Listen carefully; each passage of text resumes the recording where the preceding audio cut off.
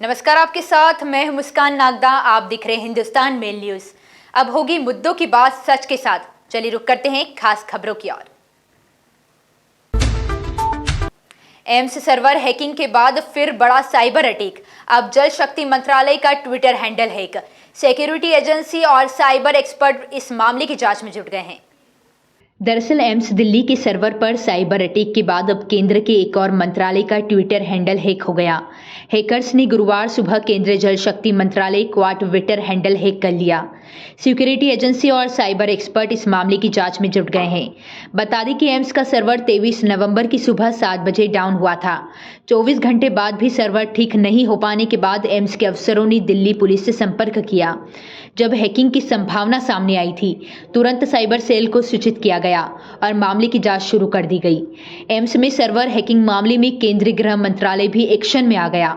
सूत्रों के मुताबिक इस संबंध में एक उच्च स्तरीय बैठक की। एम्स ने 29 नवंबर को बयान जारी कर बताया कि डेटा सर्वर पर बहाल कर दिया गया है।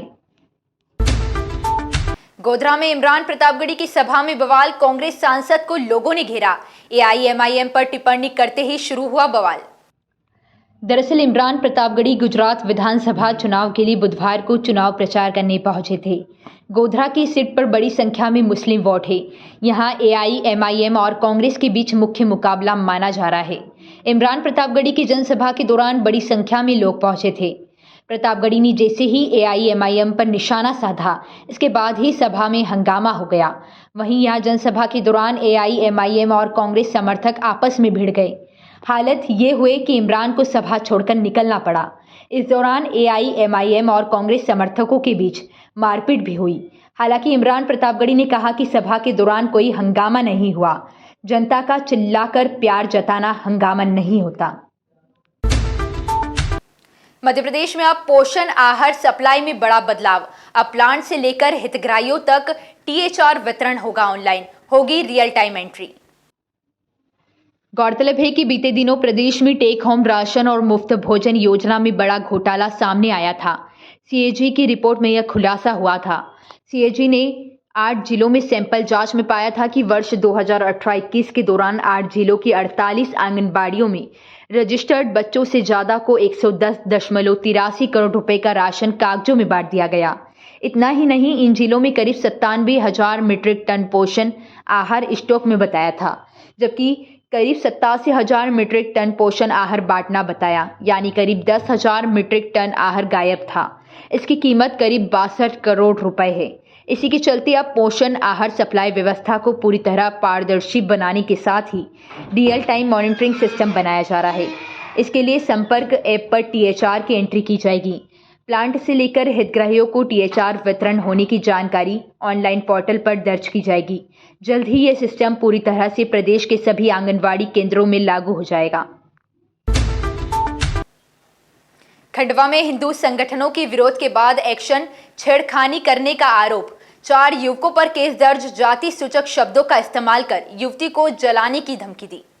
दरअसल खंडवा में बुधवार देर शाम 4 युवकों पर युवती से छेड़छाड़ किए जाने का मामला दर्ज हुआ है। घटना दुबे कॉलोनी क्षेत्र में मंगलवार शाम की है, जब इन युवकों के साथ मारपीट हुई थी। इसके खिलाफ मुस्लिम समाज के लोगों ने पुलिस थाने का घेराव कर प्रदर्शन किया था। इस पर पुलिस ने युवकों से मारपीट के आरोप में 20 लोगों पर केस किया। हालांकि इस पुलिस कार्रवाई के दूसरे दिन हिंदू संगठनों ने जमकर विरोध किया, युवकों पर छेड़छाड़ के आरोप लगाए और कार्रवाई की मांग की। अब पुलिस ने आरोपी युवकों पर एफआईआर दर्ज की है। बता दें कि आरोपियों ने युवतियों का रास्ता रोककर बुरी नियत से हाथ पकड़कर गलत कमेंट्स किए, जाति सूचक शब्दों का इस्तेमाल कर जलाने की धमकी दी। इस केस में पुलिस ने छेड़छाड़ समेत एट्रोसिटी एक्ट व जान से मारने की धमकी देने संबंधी धाराओं में केस दर्ज किया है। इंदौर में एडवांस हुई पुलिस की तीसरी आंख। पुलिस ने P2Z 2-वे कम्युनिकेशन कंट्रोलिंग कैमरे लगवाए। दरअसल बीते कुछ समय से लगातार बढ़ रही आपराधिक घटनाओं पर नियंत्रण करने के लिए पुलिस ने अब एडवांस स्मार्ट सीसीटीवी कैमरे पंडरीनाथ थाना क्षेत्र में लगाए हैं। इनकी खासियत यह है कि ये 2-वे कम्युनिकेशन है। वीडियो के साथ साथ ऑडियो भी ये कैमरा रिकॉर्ड करेंगे।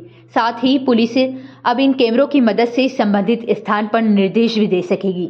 दावा है कि पुलिसिंग में देश का यह पहला प्रोजेक्ट है। अभी तक भारत में पुलिस ने कहीं इसे इस्तेमाल नहीं किया है।